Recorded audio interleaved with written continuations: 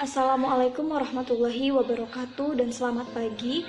Salam sejahtera untuk kita semua. Sebelumnya saya mengucapkan terima kasih kepada Ibu Kadek Dewi Wahyuni Andari selaku dosen pembimbing pada mata kuliah IPA Biokimia yang telah memberikan kami kesempatan untuk melakukan presentasi video yang berjudul dengan perkembangbiakan pada hewan. Yang dimana video ini terdiri dari saya sendiri Rizdayanti, Junaina, Nina Irawati, Cindy Valencia Wong, Yuvita Margareta, dan Mila. Kami dari Program Studi Pendidikan Guru Sekolah Dasar, Fakultas Keguruan dan Ilmu Pendidikan Universitas Borneo Tarakan. Baiklah, langsung saja, yaitu pengertian perkembangbiakan hewan. Jadi, perkembangbiakan pada hewan merupakan cara hewan untuk melanjutkan keturunan atau berkembang biak. Perkembangbiakan pada hewan itu terdiri dari perkembangbiakan generatif dan perkembangbiakan vegetatif. Perkembangbiakan generatif merupakan perkembangbiakan pada hewan yang meliputi atau melibatkan sel kelamin jantan dan sel kelamin betina. Jika kedua sel kelamin bertemu, maka akan terbentuk individu baru. Sementara perkembangbiakan vegetatif merupakan perkembangbiakan yang sering disebut dengan aseksual, yang artinya tidak ada terjadi pertemuan antara sel kelamin jantan dan sel kelamin betina. Perkembangbiakan vegetatif hanya terjadi pada hewan tingkat rendah, yang di sini artinya bahwa hewan yang tidak memiliki struktur tubuh yang sempurna. Mereka tidak memiliki tulang belakang dan memiliki anatomi yang lebih sederhana daripada hewan bertulang belakang. Nah, kemudian perlu kita ketahui bahwa ada 3 cara perkembangbiakan generatif. Yang pertama yaitu bertelur atau ovipar. Kemudian yang kedua yaitu beranak atau vivipar. Kemudian yang ketiga yaitu beranak dan bertelur atau yang sering dikenal dengan yang pertama bertelur atau ovipar. Salah satunya ayam. Ayam merupakan contoh hewan ovipar. Perkembangan ini biasanya dilakukan oleh unggas dan reptil. Jadi setelah terjadi pembuahan, embrio yang dihasilkan akan tumbuh dan berkembang di dalam cangkang telur. Jadi embrio tersebut mendapatkan nutrisi dan cadangan makanan dari dalam telur yang akan dikeluarkan dari tubuh induknya, sehingga embrio hewan ovipar berkembang di dalam telur yang berada di luar tubuh induknya. Jadi ada beberapa ciri hewan ovipar, yaitu tidak memiliki kelenjar susu dan tidak memiliki daun telinga. Contoh hewan ovipar itu bertelur adalah ayam, bebek, dan angsa. Ciri-ciri hewan ovipar yang pertama mengerami telurnya, tidak memiliki daun telinga, tidak memiliki kelenjar susu, dan tidak menyusui anaknya.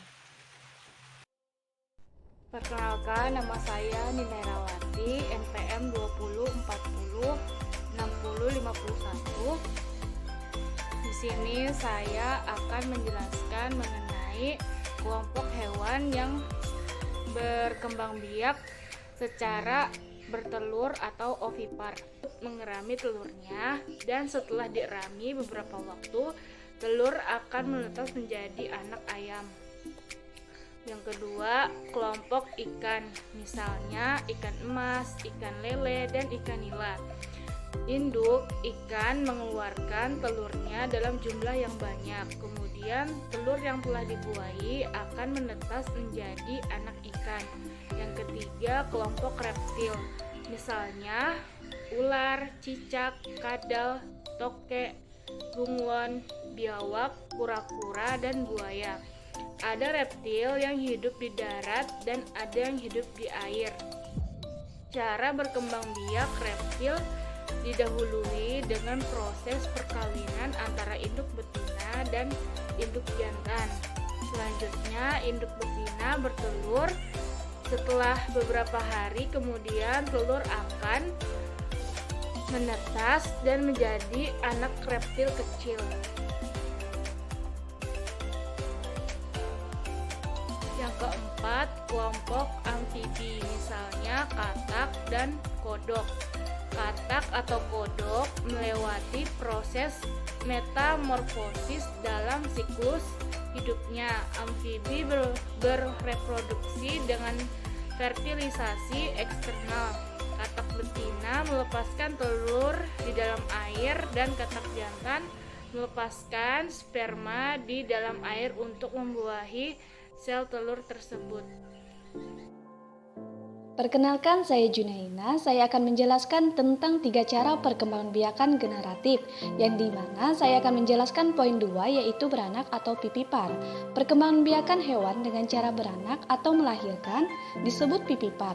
Hewan akan mengalami masa kehamilan. Kehamilan terjadi karena adanya proses pembuahan sel telur betina oleh sel jantan di dalam tubuh induk betina. Kemudian mengalami pertumbuhan hingga akhirnya dilahirkan dalam bentuk individu baru yang sejenis. Contoh hewan pipipar antara lain kelinci, kambing, lumba-lumba, paus, dan lain-lain. Kemudian ciri-ciri hewan pipipar yang pertama yaitu memiliki kelenjar susu, memiliki daun telinga, kemudian tubuh ditutupi dengan bulu atau rambut. Yang terakhir, pada umumnya menyusui atau mamalia. 3. Bertelur dan beranak atau opopipipar. Opopipipar merupakan perkembangbiakan hewan dengan cara penggabungan antara bertelur dan beranak. Hewan opopipipar menghasilkan telur dan kemudian telur tersebut tetap berada di dalam tubuh induknya sampai menetas. Lalu sang induk akan mengeluarkan atau melahirkan dalam bentuk individu baru yang sejenis. Contohnya yaitu kadal, ikan pari, ikan hiu, kuda laut, ular, dan bunglon. Perkenalkan, nama saya Silvania Wong. Di sini saya akan menjelaskan tentang jenis perkembangbiakan vegetatif. Perkembangbiakan vegetatif dibagi menjadi 3 jenis. Yang pertama yaitu tunas, yang kedua yaitu fragmentasi, dan yang terakhir yaitu membela diri. Tunas. Hewan yang berkembang biak dengan tunas memiliki tunas kecil pada tubuhnya.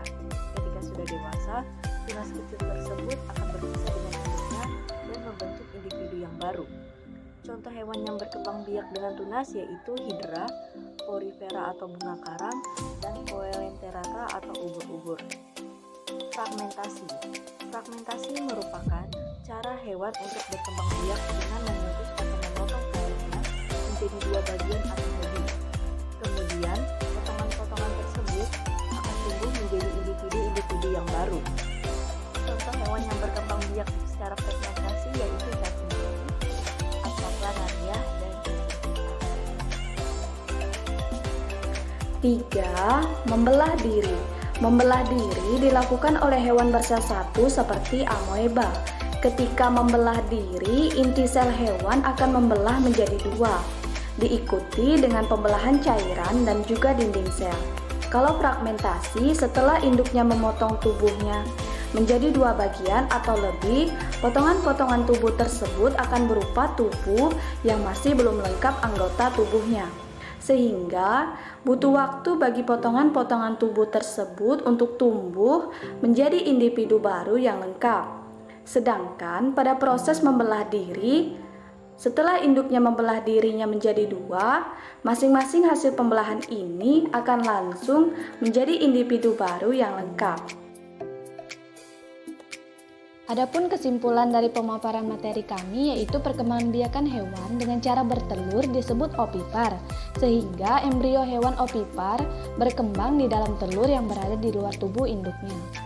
Beberapa ciri hewan opipar yaitu tidak memiliki kelenjar susu dan tidak memiliki daun telinga. Contoh hewan opipar atau bertelur adalah ayam, bebek, dan angsa. Selanjutnya, induk betina bertelur. Setelah beberapa hari kemudian, telur akan menetas dan menjadi anak reptil kecil. Perkembangbiakan hewan dengan cara beranak atau melahirkan disebut pipipar. Hewan akan mengalami masa kehamilan, kemudian mengalami pertumbuhan, hingga akhirnya dilahirkan dalam bentuk individu baru yang sejenis. Hewan berkembang biak dengan tunas memiliki tunas kecil pada tubuhnya. Contoh hewan yang berkembang biak dengan tunas antara lain yaitu Hydra, Porifera, dan Coelenterata. Fragmentasi merupakan cara hewan untuk berkembang biak dengan memutus atau memotong tubuhnya menjadi dua bagian atau lebih. Daftar pustaka. Adapun pemaparan materi kami ini bersumberkan dari Departemen Pendidikan Nasional tahun 2016, Kurikulum 2013, Standar Kompetensi Mata Pelajaran Ilmu Pengetahuan Alam, Program Paket A Setara SD Jakarta. Kemudian Haryanto tahun 2000, Ilmu Pengetahuan Alam untuk Sekolah Dasar kelas 6. Jakarta, Erlangga, Permendiknas Republik Indonesia nomor 22 tahun 2006 tentang standar isi untuk satuan pendidikan dasar dan menengah. Jubaida dan kawan-kawan tahun 2015 tentang ilmu pengetahuan alam untuk SMP atau MTS, kelas 9 Kurikulum 2013 Jakarta Kemdikbud. Sekian dari penyampaian materi kami, kurang dan lebihnya mohon dimaafkan. Wabillahi taufiq wal hidayah. Wassalamualaikum warahmatullahi wabarakatuh dan terima kasih.